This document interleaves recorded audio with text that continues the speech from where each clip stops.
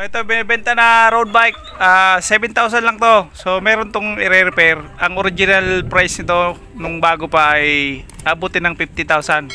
Alloy. So yan Manoy, sabihin mo na yung mga piyesa niyan. Itong Papalitan. ito papalitan yan kasi napabayaan ko eh. Saka yung sprocket sa likod.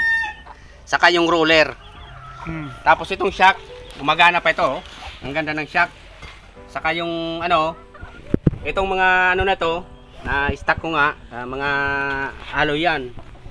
Saka ito, alloy, alibyo, yan. Itong disc brake, bago lang itong palit. Kaso na stock nga. Medyo, hindi ko na kaya magbike eh. Kaya binibinta ko ng mura. Ang body nito is GT. Original yan.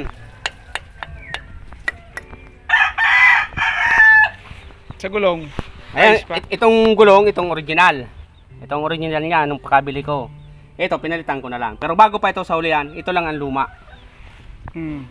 Medyo kinalawang na rin kasi napabayaan niya, stock eh. Pero magamit pa to, no? Oo, walang butas yan. Hindi ko lang nagamit, na stock lang. Sige. Bidyoan tayo sa mga... Ito, mga...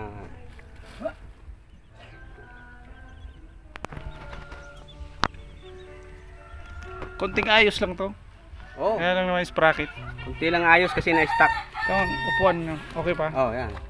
Yan. Sa tagal na wala na eh. I-repaint na lang ang body. Oo, repaint. Ito okay pa to? Ano na yan? Kinalawang ng konti. Ito, lang yan.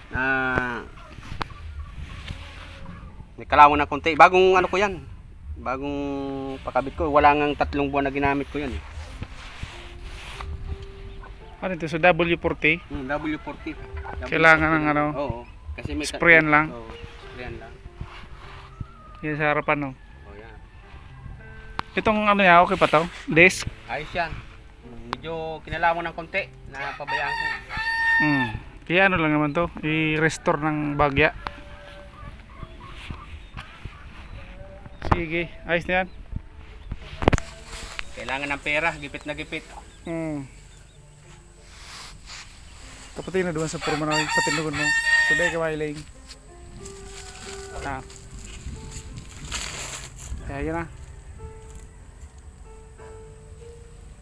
Okay na.